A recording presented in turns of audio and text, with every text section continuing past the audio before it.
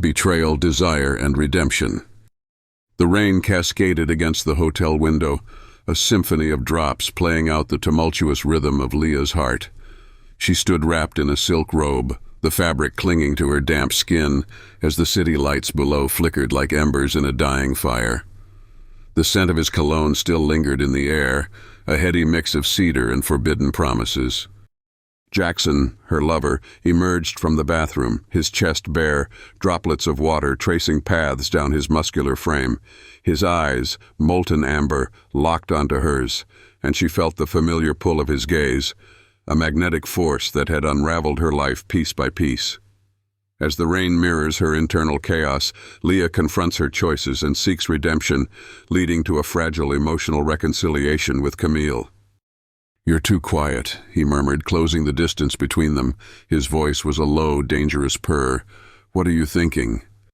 Leah smiled, a fragile facade concealing the tempest within.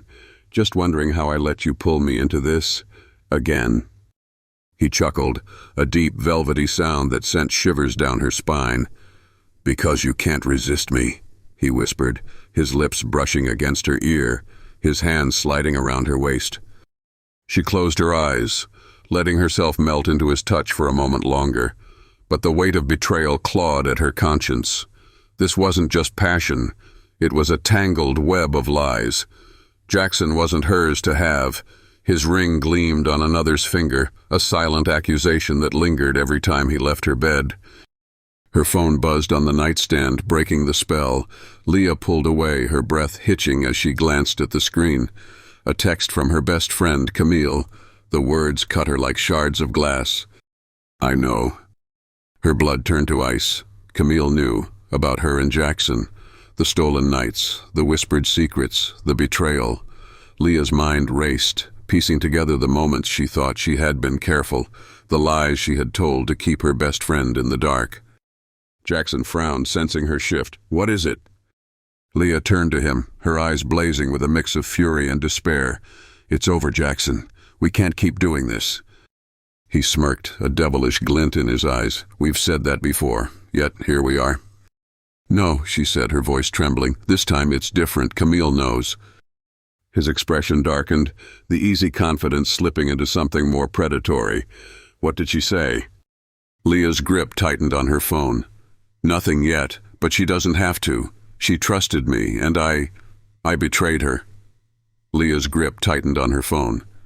"Nothing yet, but she doesn't have to. She trusted me, and I betrayed her." Leah's grip tightened on her phone. "Nothing yet, but she doesn't have to. She trusted me, and I betrayed her." Jackson reached for her, but she stepped back, tears brimming in her eyes. "You have to go, now." He hesitated, his jaw clenching. "You'll regret this, Leah. You always do." She held his gaze, the fire in her chest fueled by equal parts guilt and resolve. "Not this time." Jackson grabbed his shirt and stormed out, the door slamming shut behind him. Leah sank onto the bed, her breath ragged. The rain outside mirrored the chaos within her, each drop a reminder of what she had lost and what she needed to make right. The phone buzzed again, another message from Camille. "We need to talk, now." Leah wiped her tears and stood, her fingers trembling as she typed back. This would be the hardest conversation of her life, but for the first time in months, she felt a glimmer of hope. It wasn't too late to reclaim her integrity, to mend the fractures she had caused. The flames of passion had consumed her, but now she was ready to rise from the ashes. The meeting with Camille was set for the next day. Leah spent the hours leading up to it pacing her apartment, her mind a whirlwind of regret and rehearsed apologies. Sleep was elusive, and when dawn finally broke, she felt as though she'd lived 1,000 lifetimes in the span of a single night. At noon, Leah arrived at the small cafe they'd chosen. The air smelled of roasted coffee and freshly baked pastries, but she couldn't take solace in its warmth. Camille was already there, sitting at a corner table, her expression unreadable. Her usually bright eyes were shadowed, her lips pressed into a thin line. Leah's heart ached as she approached. "Camille!" Her friend's gaze snapped up, sharp as a blade. "Sit!" The single word was enough to make Leah's knees wobble. She slid into the chair across from Camille, her hands clasped tightly in her lap. "I'm sorry," she began, her voice barely above a whisper. "I've been selfish and careless, and I—" "How long?"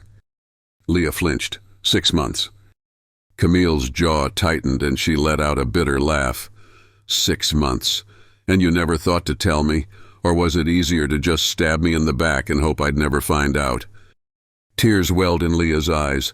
"I never wanted to hurt you, But you did," Camille snapped. "You hurt me, Leah, and you made me question everything, our friendship, my trust in you, even my own judgment.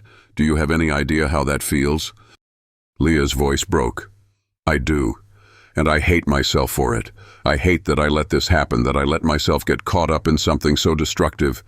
You deserve better, Camille. I'm ending it." Camille's eyes softened slightly, but the pain lingered.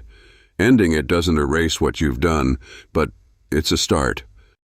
Leah nodded, her chest heaving with relief and sorrow. "I'll do whatever it takes to make this right. I'll prove to you that I'm worth forgiving." Camille studied her for a long moment before sighing. "I don't know if I can forgive you. Not yet, but I'm willing to see if you're serious about fixing this." It wasn't absolution, but it was a chance. Leah grasped it with both hands, determined to rebuild what she had so carelessly shattered.